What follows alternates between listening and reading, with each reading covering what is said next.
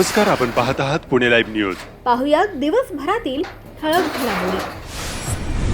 खेड तालुक्यातील जैदवाडी गावाच्या हद्दीत नाशिक पुणे महामार्गावर गुरुवारी दिनांक 11 जून 2026 रोजी सकाळी झालेल्या भीषण अपघातात एका 27 वर्षीय तरुणाचा मृत्यू झाला असून त्याचा मित्र गंभीर जखमी झाला आहे.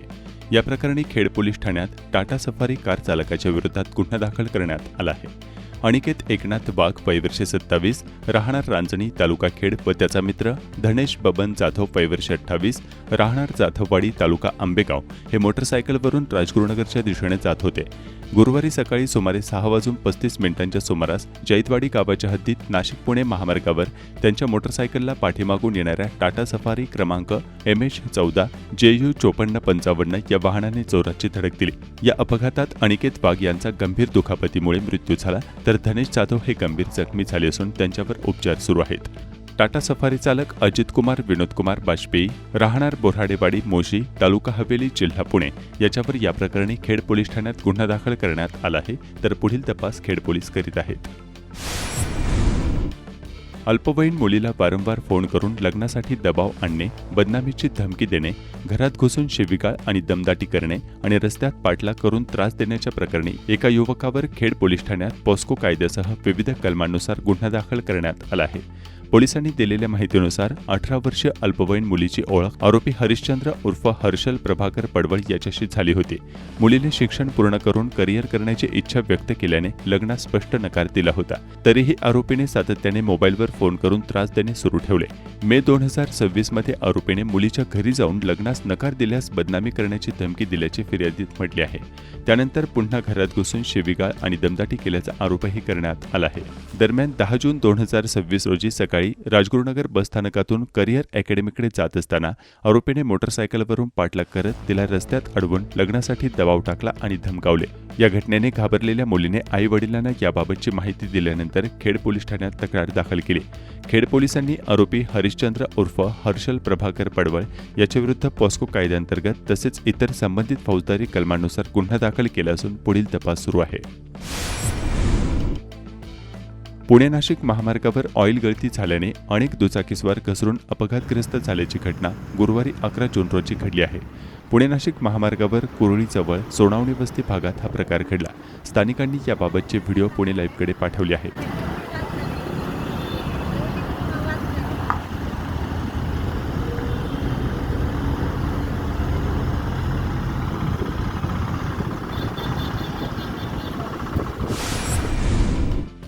आंबेठाण येथील कोरेगाव फाटा परिसरात अवैधरित्या देशी विदेशी मद्याची विक्री करणाऱ्या दोघांविरुद्ध उत्तर महाळुंगे MIDC पोलिसांनी कारवाई केली.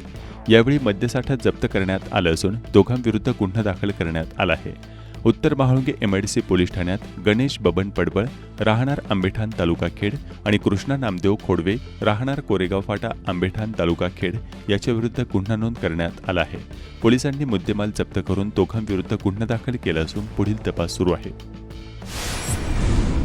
आळंदी येथील इंद्रायणी नदीवरील नव्या पुलावर सार्वजनिक ठिकाणी अश्लील हावभाव करत तसेच येणाऱ्या जाणाऱ्यांना त्रास होईल असे वर्तन केल्याप्रकरणी एका महिलेविरुद्ध गुन्हा दाखल करण्यात आला आहे. या प्रकरणी सहाय्यक पोलीस फौजदार सुनील जगन्नाथ शिरसाट यांनी आळंदी पोलीस ठाण्यात फिर्याद दिली आहे. त्यानुसार एका महिलेविरुद्ध गुन्हा नोंद करण्यात आला आहे. सायंकाळी आळंदी येथील इंद्रायणी नदीवरील नव्या पुलाजवळील लाईट पोलजवळ ही कारवाई करण्यात आली. चाकण MIDC मध्ये अनेक ठिकाणी अनधिकृत पत्राशेड उभारून अवैध हातभट्टी धंदे चालवले जात आहेत. या सगळ्या ठिकाणांचा शोध घेत दक्षिण महाळुंगे पोलिसांनी MIDCतील अवैध हातभट्टी धंदे चालवण्यात येत असलेल्या पत्राशेडवर निष्कासन कारवाई केली आहे. JCB यंत्राच्या सहाय्याने सदरची शेड उद्ध्वस्त करण्यात आली. पोलिसांच्या या कारवाईचे सर्वच स्तरातून अभिनंदन होत आहे.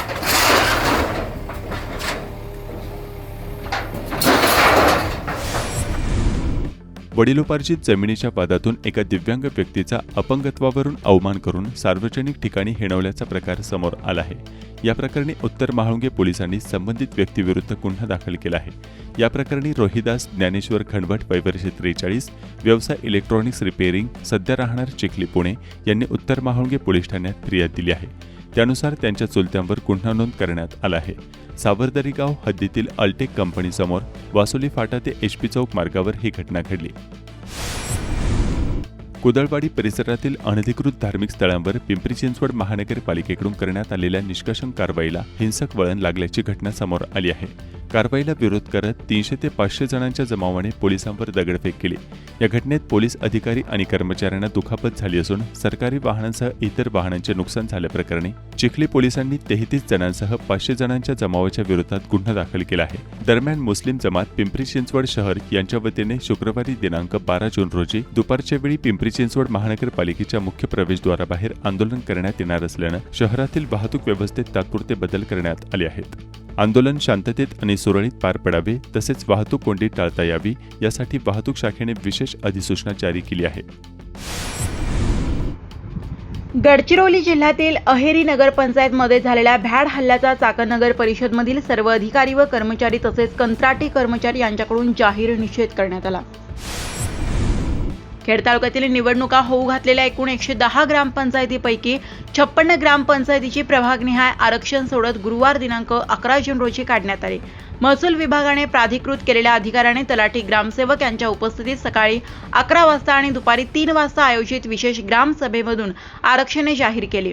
यावेळी आरक्षणासंदर्भात चक्राकार पद्धतीने प्रभागातील सदस्य संख्येनुसार आरक्षणे निवडणूक आयोगाच्या निर्देशानुसार करण्यात आल्याने सर्वत्र शांततेत आरक्षण सोडती संपन्न झाल्या. चाकण आळंदी औद्योगिक परिसरातील गावातील ग्रामपंचायत निवडणुकीसाठी इच्छुक असलेल्या मंडळींची मोठी गर्दी झाल्याचे चित्र पाहावयास मिळाले. आता शुक्रवार दिनांक 12 जून रोजी 54 ग्रामपंचायतीच्या आरक्षण सोडती काढल्या जाणार आहेत. पुणे जिल्ह्यातील मिनी मंत्रालय अशी ओळख असलेल्या खेड तालुक्यातील कुरुळी ग्रामपंचायत निवडणुकीची प्रभागनिहाय आरक्षण सोडत ग्रामपंचायत सभागृहात काढण्यात आले. यामध्ये 9 महिला व 8 पुरुषांना सदस्य यांना संधी मिळणार आहे.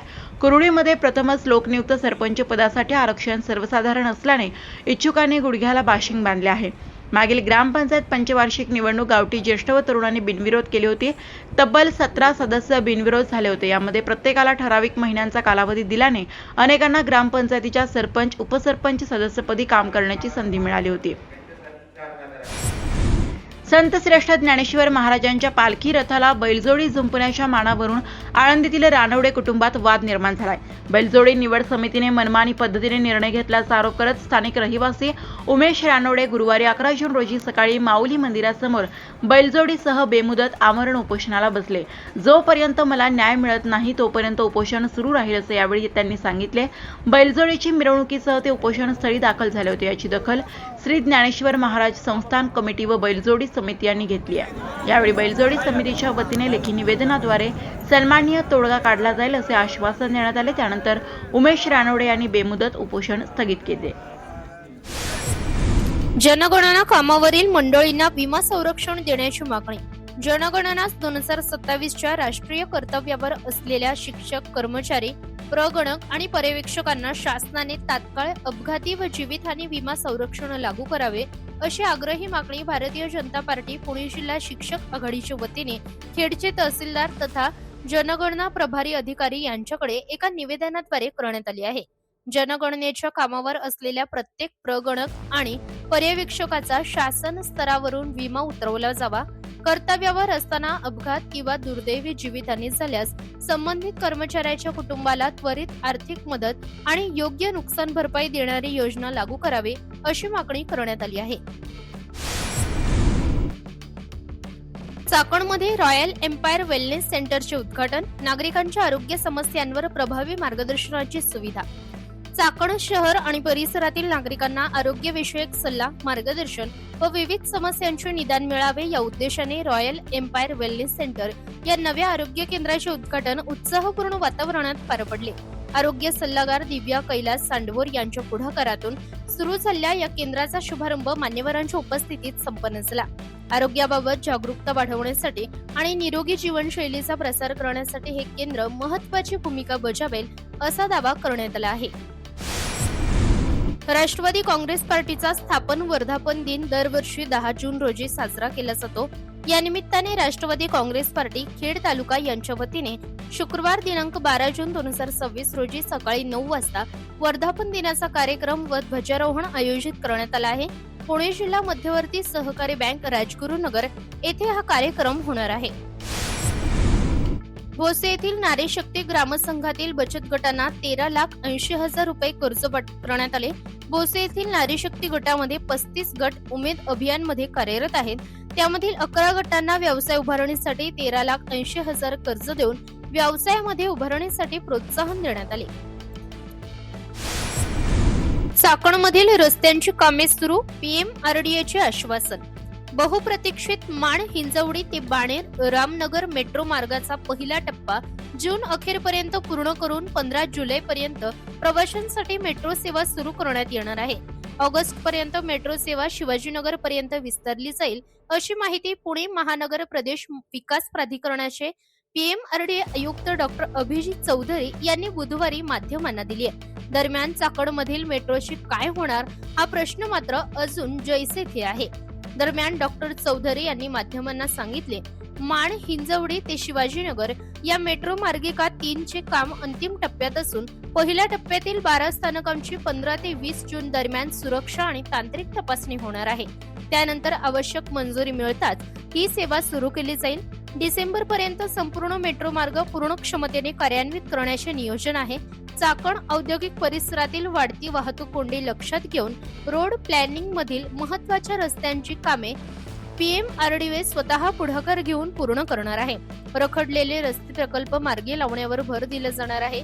रिंग रोड प्रकल्पाच्या भूसंपादन प्रक्रियेबाबत वरिष्ठ स्तरावर चर्चा सुरू आहे. तांत्रिक आणि कायदेशीर बाबींची पूर्तता झाल्यानंतरच प्रत्यक्ष भूसंपादन सुरू करण्यात येईल.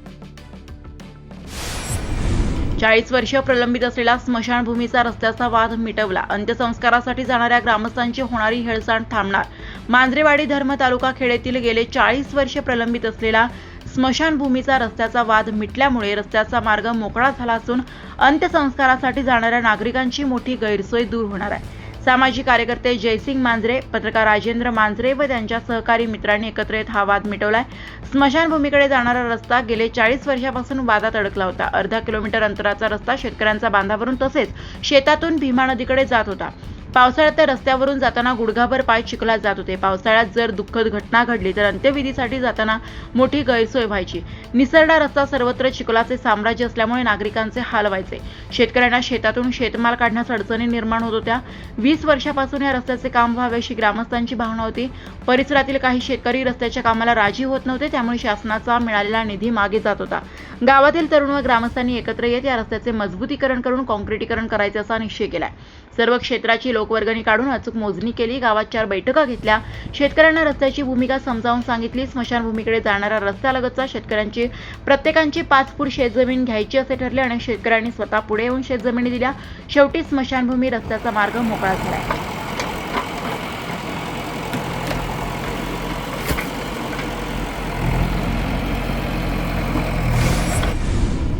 मराठी पत्रकार संघाचे राज्यस्तरीय महाअधिवेशन उत्साहात पार पडले. महाराष्ट्राचे राज्यपाल जिष्णुदेव वर्मा, महसूल मंत्री चंद्रशेखर बावनकुळे, विधानसभा अध्यक्ष राहुल नार्वेकर, आंतरराष्ट्रीय ख्यातीचे वक्ते गौर गोपालदास, सकाळ माध्यम समूहाचे मुख्य संपादक निलेश खरे, ABP माझ्याच्या संपादक सरिता कौशिक, पुढारी मल्टीमीडिया संपादक मृणालिनी नानिवडेकर, मराठी पत्रकार संघाचे प्रदेशाध्यक्ष किरण जोशी, ज्येष्ठ पत्रकार विवेक इनामदार आदींसह राज्यभरातील पत्रकार मराठी पत्रकार संघाच्या राज्यस्तरीय महाअधिवेशनासाठी उपस्थित होते. अधिक मासातील कमला एकादशीच्या निमित्ताने गुरुवारी 11 जून 2026 रोजी आळंदी नगरी भक्तिमय वातावरणाने भारावून गेली. संतश्रेष्ठ ज्ञानेश्वर महाराजांच्या संजीवन समाधीच्या दर्शनासाठी पहाटेपासूनच माऊली मंदिरात भाविकांची मोठी गर्दी झाली होती. ज्ञानोबा तुकारामच्या अखंड जयघोषात भाविक दर्शन रांगेत उभे राहून माऊलींचे दर्शन घेत होते. एकादशी निमित्त देवस्थानच्या वतीने इंद्रायणी नदीची महाआरतीचे आयोजन करण्यात आले होते.